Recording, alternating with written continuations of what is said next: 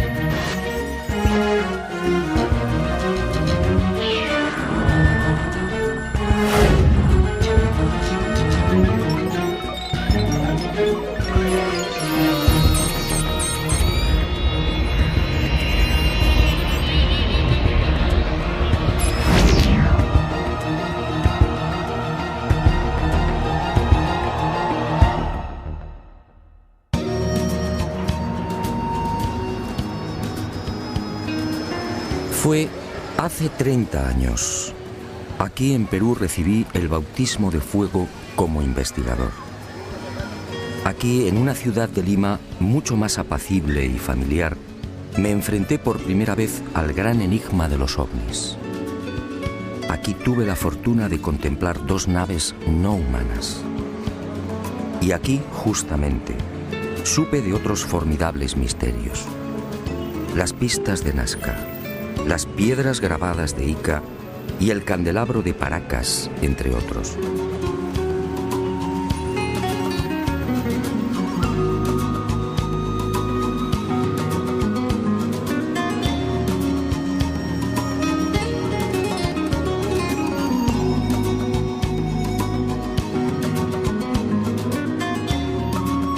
Sí, es mucho lo que le debo al Perú.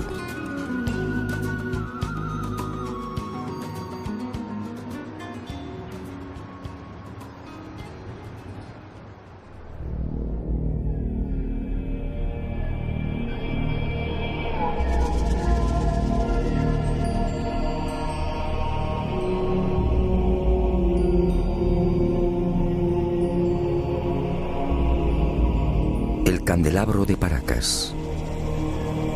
Hace 30 años nadie supo darme razón del porqué de este gran tridente. Hoy la situación es la misma. Nadie sabe. Sus medidas son espectaculares. Longitud máxima 183 metros. Anchura de los brazos 3.2 metros. Profundidad de los surcos entre 1 y 1.2 metros. Y en la base un rectángulo de 20 por 14 metros.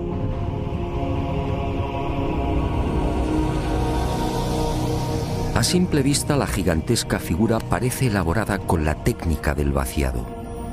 Alguien extrajo la arena y procedió a un férreo prensado de las paredes. Misteriosamente los fuertes vientos de la zona no han logrado borrarla. Y al excavar en los surcos surge una nueva sorpresa. A 10 o 15 centímetros, dependiendo del lugar, aparece una costra blanco-amarillenta de naturaleza cristalina, muy común en esta península. La deducción es inevitable. Hace cientos, quizá miles de años, la imagen del candelabro tuvo que ser distinta.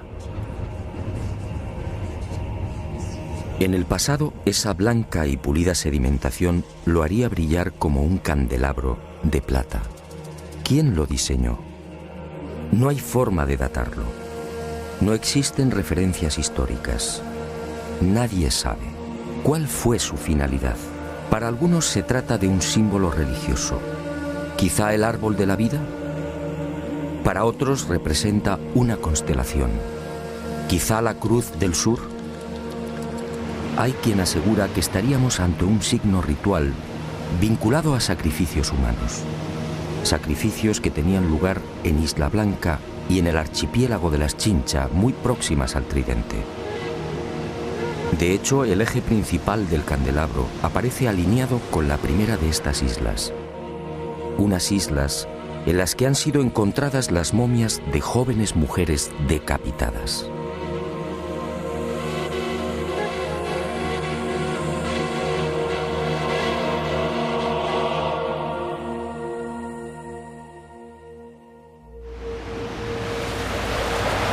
Para la mayoría de los estudiosos del candelabro, estas explicaciones son dudosas.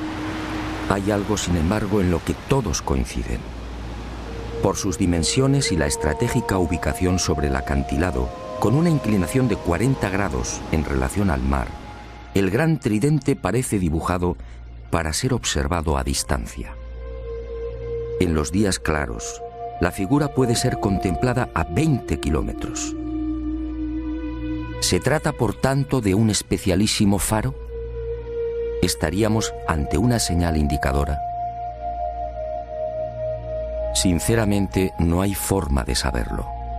El eje central y principal del tridente señala al sur, exactamente al rumbo 180 grados. En otras palabras, es falso que el célebre candelabro de Paracas esté orientado hacia los míticos y sagrados lugares de Cusco, Machu Picchu, Tiahuanaco o Nazca.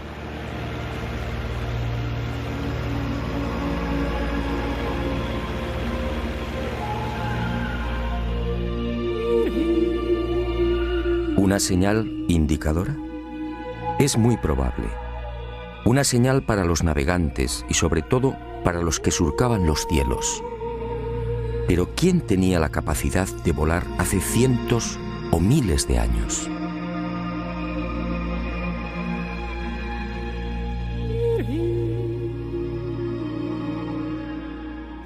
La pregunta parece absurda. ¿Quién podía volar en la antigüedad? Para la ciencia está muy claro. Ningún ser humano tenía la capacidad del vuelo hace miles de años. Yo, en cambio, no estoy tan seguro. Sígame y le mostraré algo desconcertante.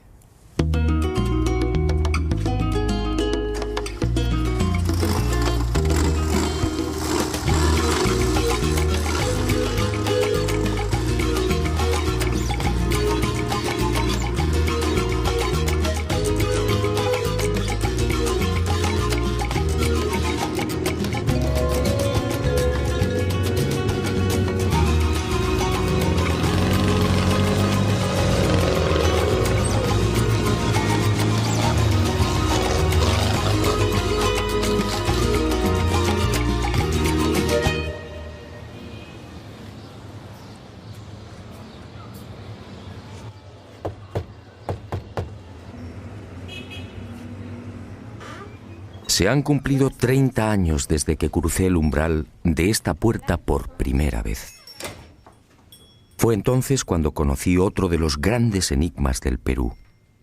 Otro misterio que sigue sin respuesta y que, en mi opinión, pudiera guardar relación con esa extraña pregunta. ¿Quién era capaz de volar en la antigüedad? En esta casa museo y durante más de 3 décadas, el doctor Javier Cabrera Darquea, fallecido a finales del año 2001, fue reuniendo la más increíble colección de piedras grabadas. El conocimiento establecido, ¿verdad?, nos parece inamovible. Pero la ciencia ha caminado moviendo ese conocimiento y permutándolo por verdades que sí son ciertas. Ahora,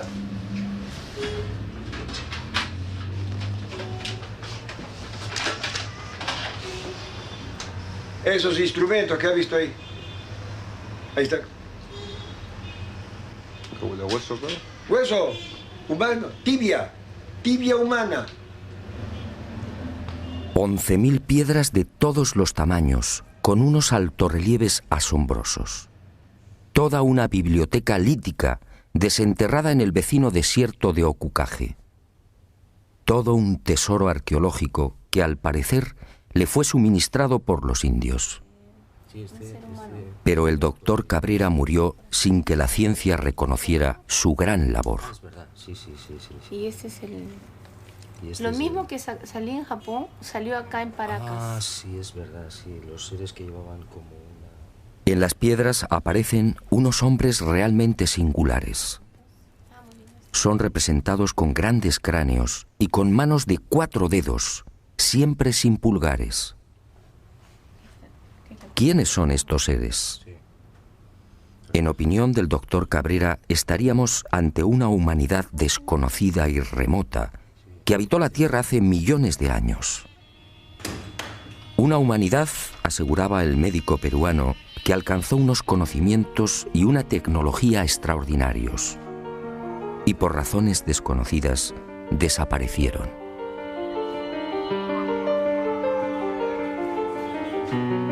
Pero antes de extinguirse, esta supuesta humanidad dejó un legado. Miles de piedras grabadas con escenas desconcertantes. Según Cabrera, se trataría de una síntesis de su historia y de su sabiduría. Veamos algunas de estas increíbles secuencias. Trasplantes de órganos. ¿Un trasplante de corazón en la antigüedad? ¿Una intervención en el cerebro?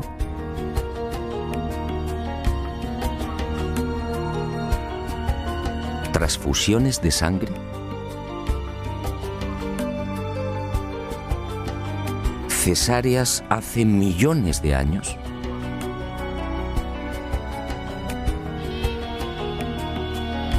¿Representaciones de órganos humanos? ¿Hígados?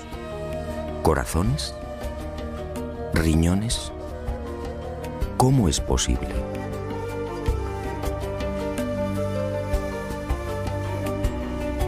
¿Continentes hoy desaparecidos?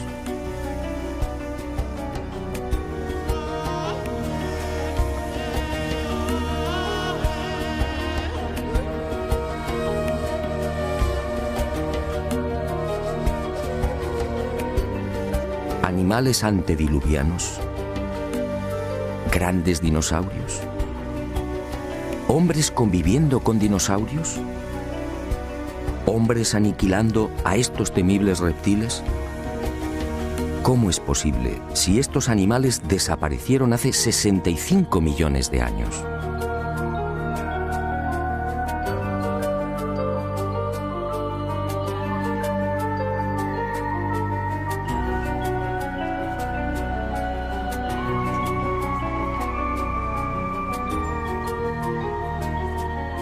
¿Canguros en América?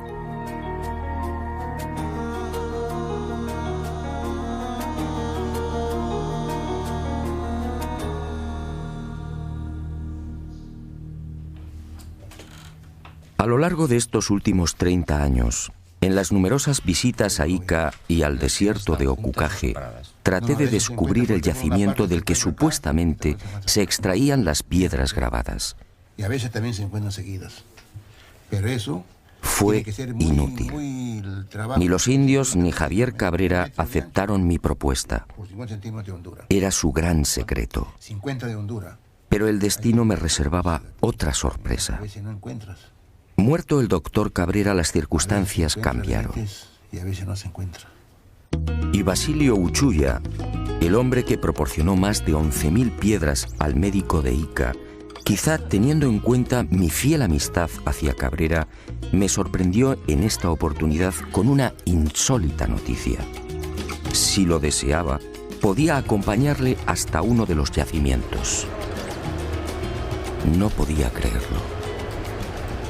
¿Penetrar en el desierto y extraer las célebres piedras grabadas? Una operación así podía despejar de una vez por todas el espinoso y polémico asunto de la autenticidad de la biblioteca lítica.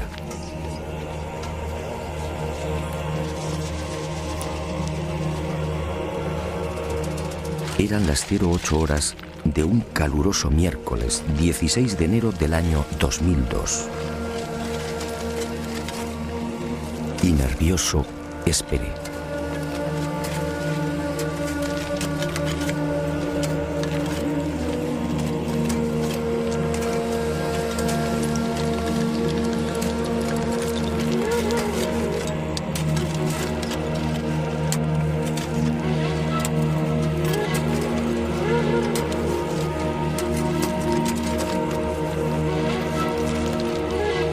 45 minutos más tarde, el corazón me dio un vuelco. Uno de los indios, Omar, detuvo la pala y señaló una piedra todavía semienterrada. Y observamos que el terreno está perfectamente apelmazado. Por tanto, es muy difícil que aquí haya habido algún tipo de manipulación previa. De momento, terreno completamente intacto, apelmazado. No podía creerlo. De manipulación. Ya cede.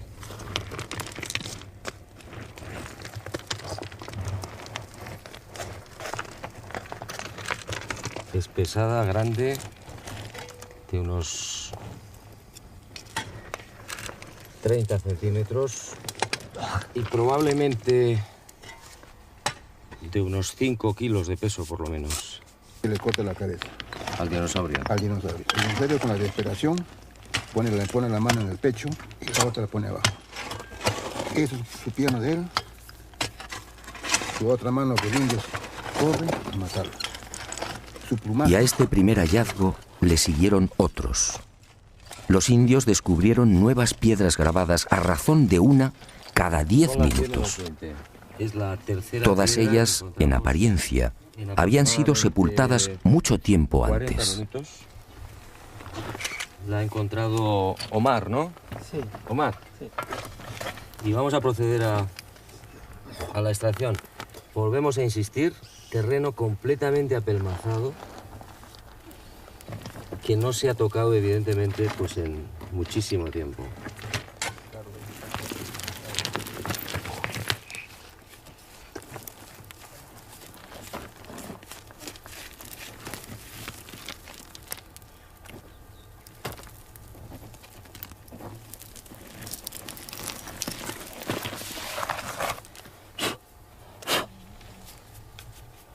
Y se bota. Las grandes que tú le llevaste a Javier Cabrera. De la parte de allá. De allá. Bueno, esta es la cuarta piedra. Son las 10 menos 5 de la mañana. Fuerte calor. Pero creo que está mereciendo la pena porque ante nuestra sorpresa aparece una más. ¿Quién sabe cuántas puede haber aquí? En este cerro.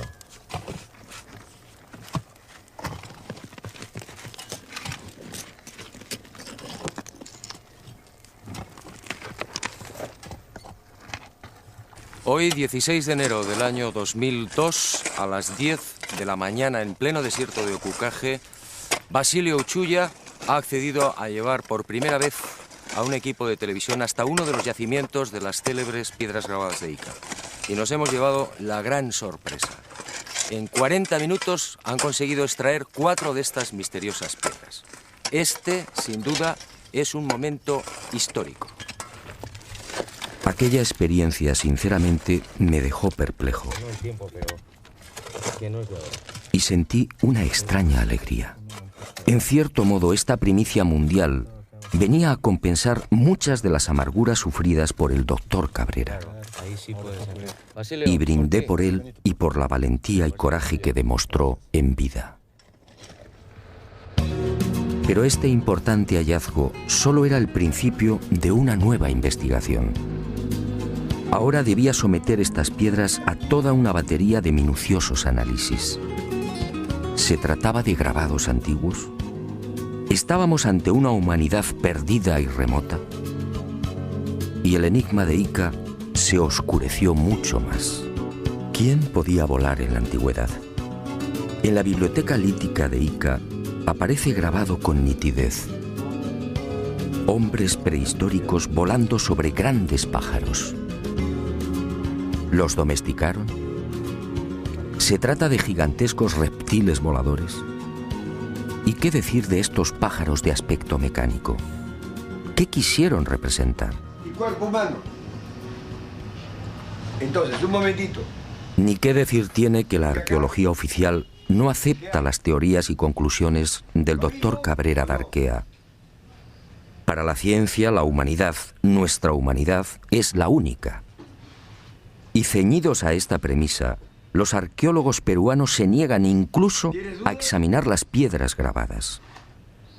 Poco importa que los informes solicitados en su día por el doctor Cabrera a diferentes laboratorios revelen una misma y antiquísima pátina en la totalidad de las piedras. Que es curvo, que es limitado.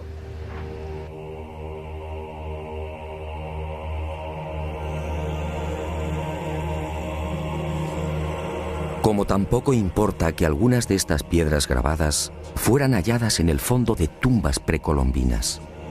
Este fue el caso del rector de la Universidad de Ingeniería de Lima, Santiago Agurto, quien en 1961 descubrió 4 de estas piedras en otras tantas tumbas al sur de Ica.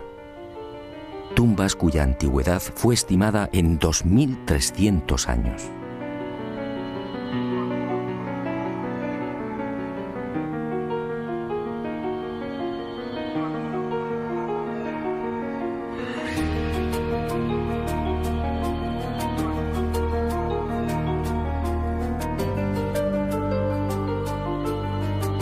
A mi regreso a España, como dije, varias de las piedras grabadas desenterradas en mi presencia fueron enviadas a 5 laboratorios pertenecientes a 4 universidades españolas y una canadiense. Aunque los estudios no han concluido, los primeros análisis arrojaron el siguiente resultado. En algunas de las piedras, las zonas grabadas presentan una oscura pátina, consecuencia muy probablemente de un largo proceso de oxidación natural. En palabras sencillas, esos grabados no son recientes. Pero otros estudios en otras piedras han puesto de manifiesto que las incisiones presentan una clara factura moderna. Los grabados habrían sido ejecutados con medios mecánicos motorizados. En suma, según estos análisis, y por ahora, algunas de las piedras extraídas del cerro serían recientes y otras antiguas. El enigma, por tanto, sigue en pie.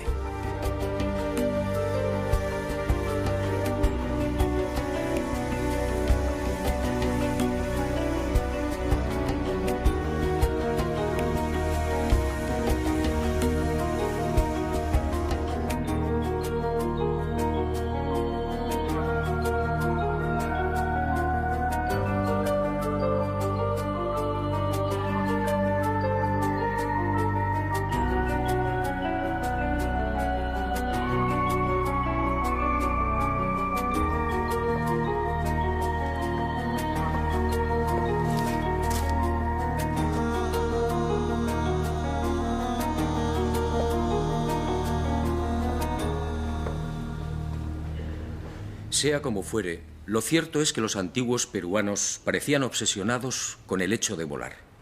Esta es otra prueba, una prueba determinante.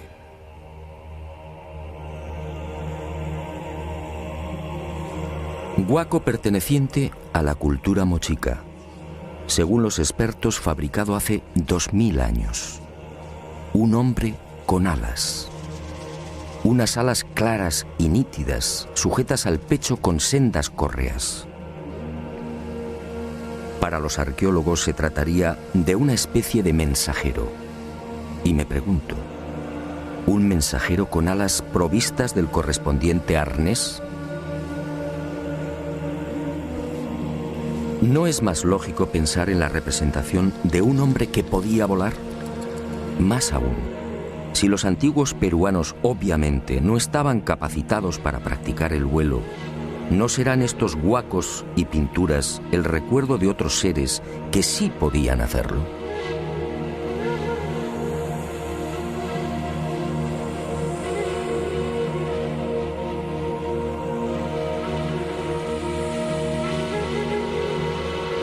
Dioses que sobrevolaron el Perú y que marcaron para siempre la memoria de los primitivos pobladores.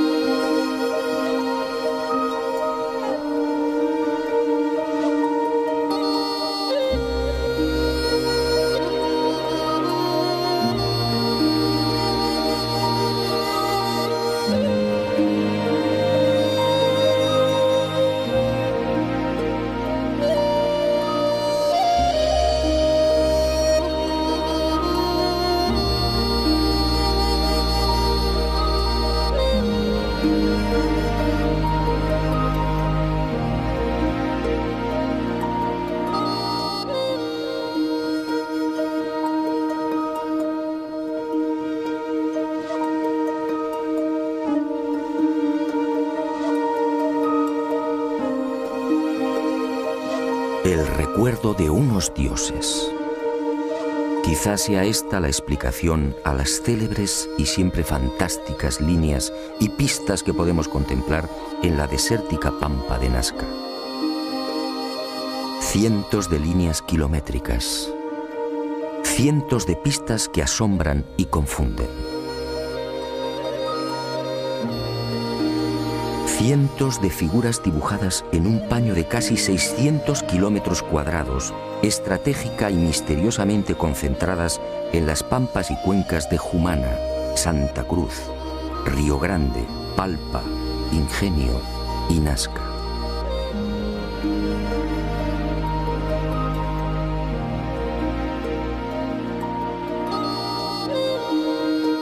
Una formidable obra desarrollada quizá como homenaje, quién sabe si como reclamo, a esas criaturas que hace cientos o miles de años surcaron los cielos del Perú.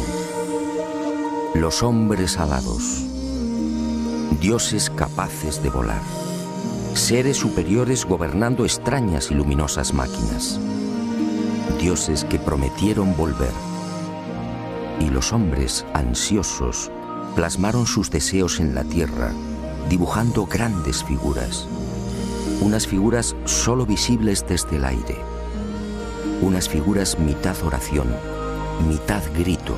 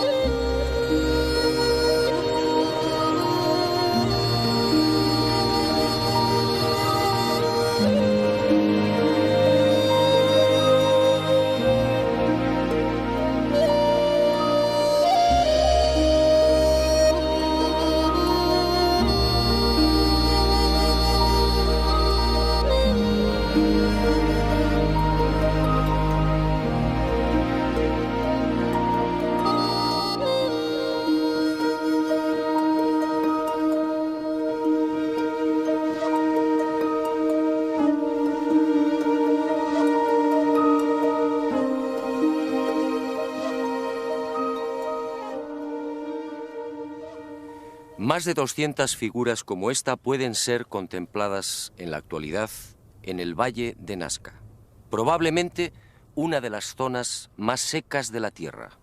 Aquí no llueve nunca, o casi nunca.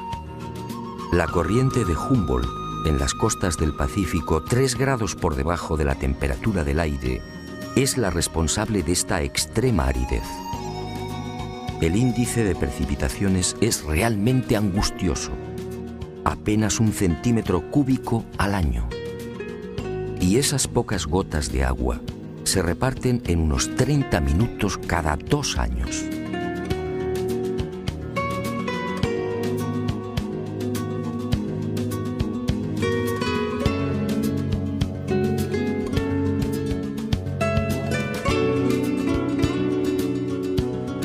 Esta circunstancia ha permitido, en definitiva, que las líneas, pistas y figuras de Nazca se conserven casi intactas a lo largo de los siglos.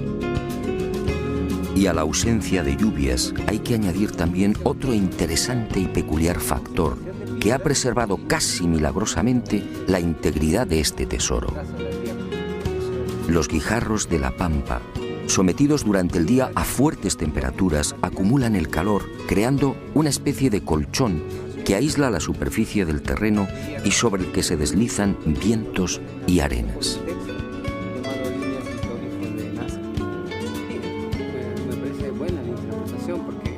Eso hace de que se genere ese colchón que tú mencionas, el Valle de Taruga o en la zona de Palpa, ¿no? Donde también vemos inmensa cantidad de...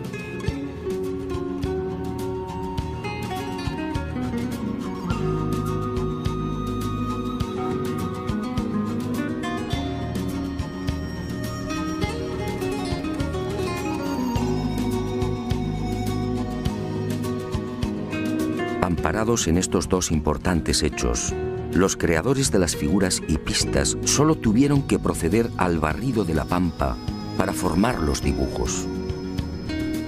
Al rayar la rojiza superficie del desierto, rico en hierro, aparece de inmediato una blanca capa de sílice, y el contraste de colores da vida a los formidables geoglifos. Los últimos estudios de datación, en especial los llevados a cabo por Percy Clarkson y Harry Hurton de las universidades de Winnipeg, en Canadá, y Nueva York, respectivamente, fijan la antigüedad de estos geoglifos en unos 500 años antes de Cristo.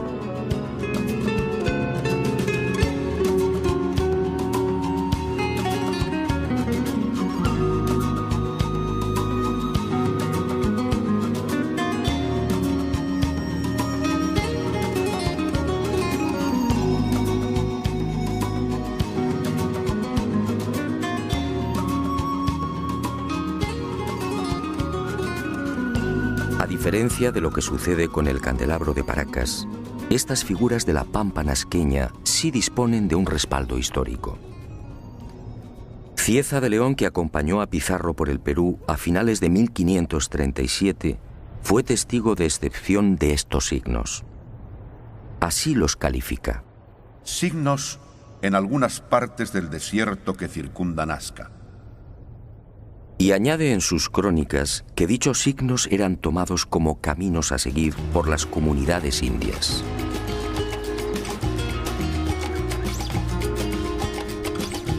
En esa misma época, otro español, el soldado Francisco Hernández, acampa durante una semana en Nazca y escribe en su diario: Los indios trazaban grandes líneas en el suelo.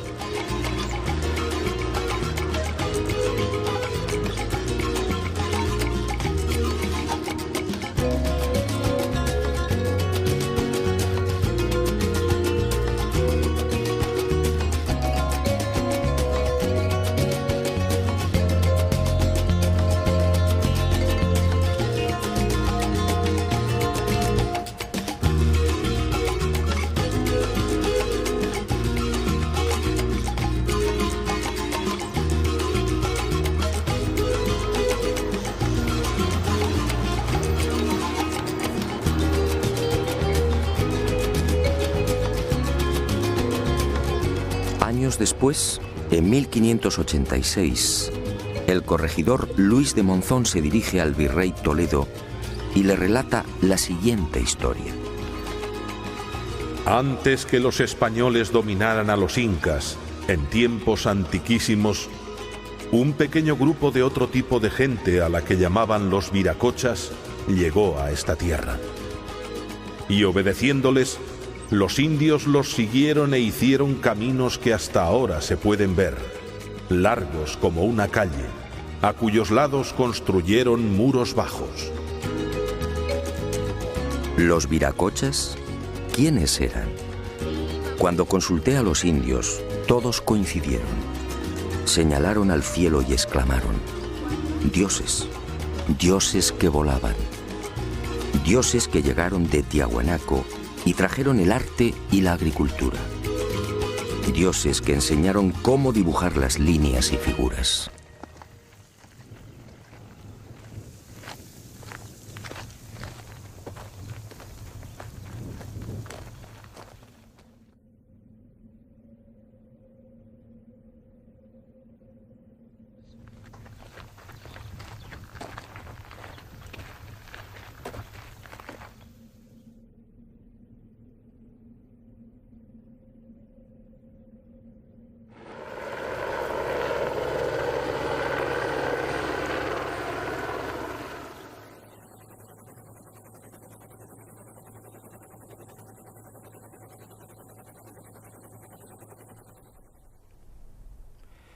Pero además de estas célebres figuras, los antiguos pobladores de La Pampa crearon otros símbolos no menos misteriosos.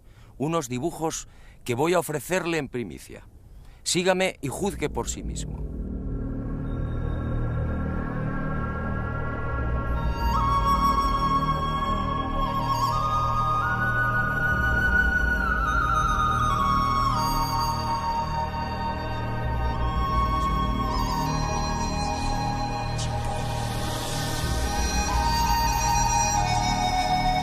Al norte de la ciudad de Nazca, a poco más de 25 kilómetros, y entre los resecos arenales de Palpa, Ica y Ocucaje, este planeta encantado nos reserva otra sorpresa.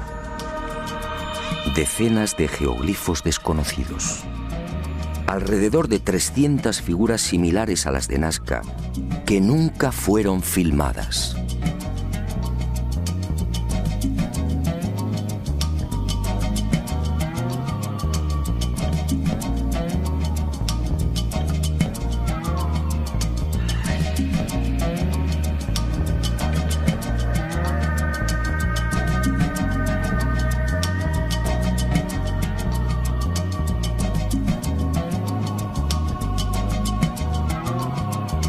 La huella de la serpiente. Más de 10.000 orificios de 1 metro de profundidad y 90 centímetros de diámetro que trepan por laderas y cerros. Nadie sabe qué significan.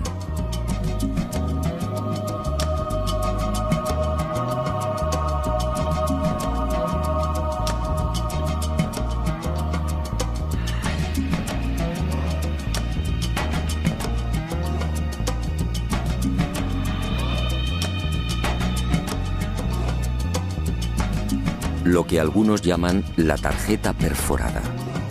Otra enigmática sucesión de puntos en forma de aspa, excavados a lo largo de 15 columnas o líneas paralelas. ¿Se trata de un sistema de navegación aérea? Nadie lo sabe. El gigante de cabeza cuadrada. Otro ser enigmático coronado con plumas o antenas. Una figura antiquísima, probablemente de mayor antigüedad que las de Nazca, que levanta los brazos mostrando unos objetos igualmente desconocidos. Y en las laderas de los cerros próximos, nuevos gigantes. Seres que parecen saludar a quienes se acercan por el aire. Y en Pozo Santo y en el cerro de Cabeza Larga, más señales. Figuras geométricas incomprensibles, individuos gigantescos con enormes cascos, felinos, aves desconocidas para la ciencia. Todo un misterio, un irritante misterio.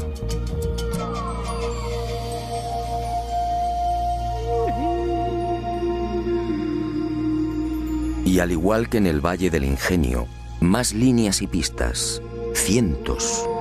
Pistas de hasta 14 kilómetros.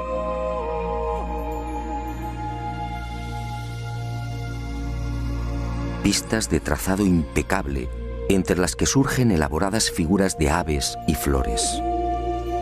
Imágenes que lamentablemente, como dije, están siendo destruidas por la mano del hombre.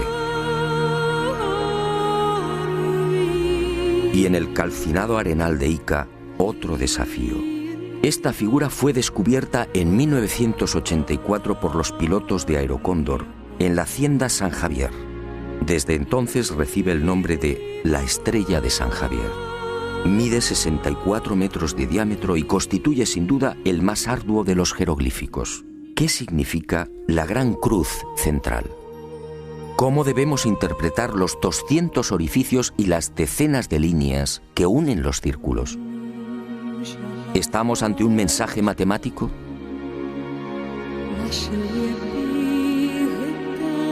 El repaso a esa otra Nazca, la Nazca olvidada, sería interminable.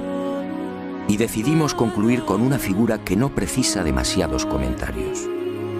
Un colibrí de 50 metros de longitud, con algo muy especial sobre su cuerpo. Sí, todos los que lo contemplan coinciden. Un avión. Un avión dibujado sobre el cuerpo de un colibrí. Alas rectas, morro puntiagudo y todo un timón de cola. Pero, ¿quién volaba hace 2000 años?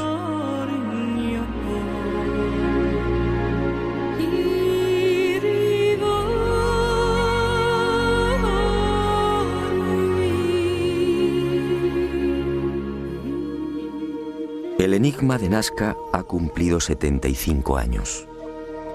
En 1927, el antropólogo Toribio Mejía era el primero en enfrentarse a este gigantesco y misterioso tablero.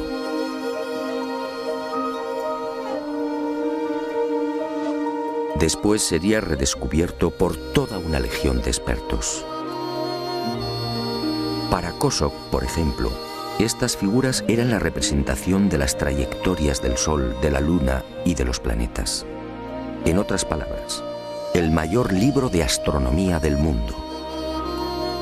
Para Maria Reiche, la matemática alemana que dedicó su vida al estudio de la Pampa, se trataba de un calendario. Un formidable calendario en el que las figuras reproducían constelaciones y las líneas marcaban solsticios y equinoccios. Gerald Hawkins sometió esta teoría de Reiche a las computadoras y comprobó que la hipótesis del calendario era falsa. Para el explorador inglés Tony Morrison, las líneas son caminos, senderos sagrados que unirían templos. Pero, ¿dónde están esos supuestos templos? Otros, como Jim Gutman, están convencidos de que los antiguos pobladores del Perú llegaron a fabricar y utilizar globos aerostáticos. Así, dicen, diseñaron las figuras. Dobkin de Ríos y Cárdenas van más allá y apuntan una explicación tan poco convincente como las anteriores. Según estos científicos, las figuras de Nazca no serían otra cosa que el resultado de la ingestión de alucinógenos por parte de los indios. William Isbell, en cambio, afirmaba en 1980 que estos geoglifos fueron la consecuencia de un simple entretenimiento, un procedimiento para mantener ocupada a una gran masa de población. La hipótesis no se sostiene porque, entre otras razones, estas figuras fueron trazadas a lo largo de 1500 años como mínimo. Henry Sterling llegó a proponer una explicación que obviamente fue desestimada. Los geoglifos de Nazca, escribió, son en realidad un gigantesco telar. Y recientemente se ha puesto de moda otra versión que tampoco termina de convencer. Según el hidrólogo Stephen Mabey y el arqueólogo Donald Prulls, estos cientos de imágenes serían simples marcadores de aguas subterráneas.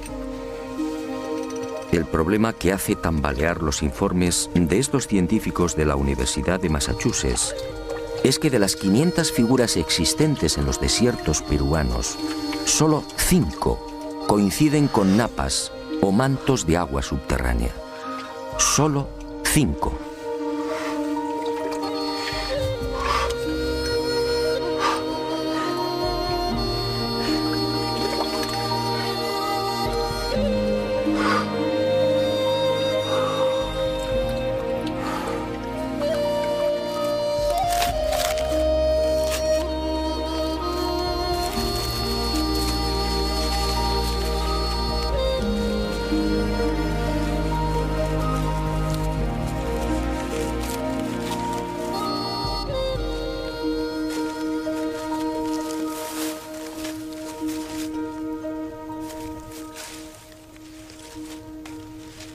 Es evidente que ninguno de estos investigadores y científicos se interesó jamás por la opinión de los indígenas. Yo sí lo he hecho. Y esta es mi conclusión. La tradición peruana dice: hace mucho tiempo, sobre esta pampa descendieron unos seres que podían volar. Fueron los viracochas, los dioses llegados del este. Unos hombres buenos que trajeron la paz, la concordia y el progreso. Y fueron esos dioses quienes dibujaron las primeras líneas y figuras. Después, nosotros, los hijos de los viracochas, seguimos su ejemplo y aprendimos a dibujar en la arena. Ellos lo verán algún día y regresarán, y regresarán, y regresarán, y regresarán, y regresarán, y regresarán, y regresarán, y regresarán.